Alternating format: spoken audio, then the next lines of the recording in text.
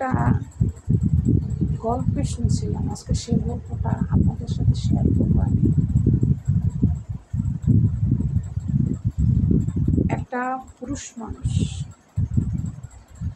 সবসময় একটা জিনিস মনে রাখবেন, একটা পুরুষ মানুষ বিয়ে করে তার স্ত্রীর কাছ থেকে ভালোবাসা পাওয়ার জন্য, মহব্বত পাওয়ার জন্য সে কিন্তু বিয়ে করে। একটা পুরুষ মানুষ ইভেন সারা জীবন যত টাকা ইনকাম করে সম্পূর্ণ টাকা তার বউ, ছেলে মেয়ে, বাবা মা এদের পিছনেই কিন্তু একটা পুরুষ মানুষ সব কিছু ব্যয় করে। কিন্তু আমাদের সবচেয়ে দুর্ভাগ্য কোন জায়গায় জানেন? আমরা স্বামীর এই যে মূল্যায়ন আমাদেরকে করে, স্বামী এত কিছু আমাদের জন্য করে, কিন্তু আমরা এটা মূল্যায়নই করি না। একটা পুরুষ মানুষ সারা দিন বাহিরে থাকে, বাহিরে সে কোথাও সেই সুখটা পায় না যে সুখটা সে তার স্ত্রীর কাছে সারাদিন পরিশ্রম করে আসার পর যেটা তার ঘরের বউয়ের কাছে সে পায়, সে শান্তিটা, এই শান্তি সে দুনিয়ার কোনো জায়গায় কিন্তু পাবে না।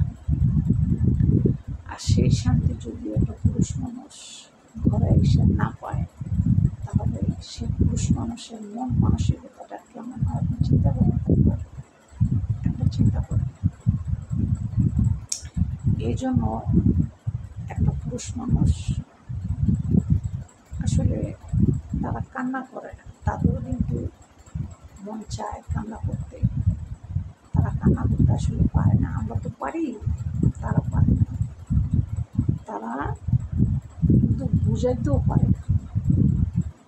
সারাদিন পরিশ্রম করবে, সারাদিন প্রচণ্ড পরিমাণে পরিশ্রম করবে, ক্লান্ত হয়ে যাবে, তারপরও ঘরের বউকে সে এই জিনিসটা বুঝতে দিবে না যে তার এতটুকু কষ্ট হচ্ছে বা হয়েছে, তার ঘরের বউকে কিন্তু সে বুঝতে দিবে না। কারণ সে চায় না যে তার কষ্টটা তারা বুঝুক। সে চায় আমি কষ্ট করছি, আমি কষ্ট করতেছি আমার ছেলে মেয়ের জন্য, আমিই করি।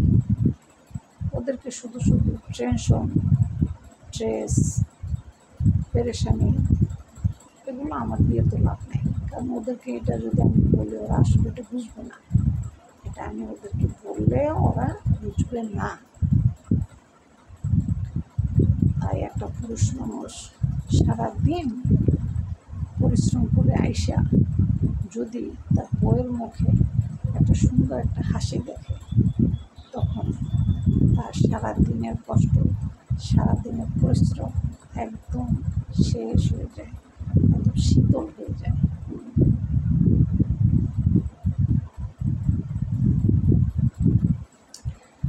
আপনারা কারা কারা আমার এই কথায় একমত অবশ্যই জানাবেন কমেন্টে।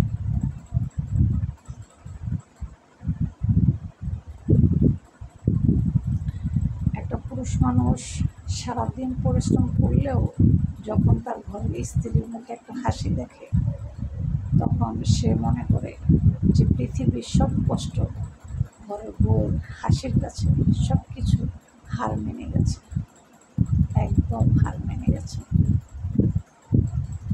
তাই স্বামী ঘরে আসলে সবসময় হাসি খুশি থাকার জন্য চেষ্টা করবে, এতে স্বামীর মন ভালো হয়ে যায়। আশা করি আমার কথা বুঝতে পারছেন।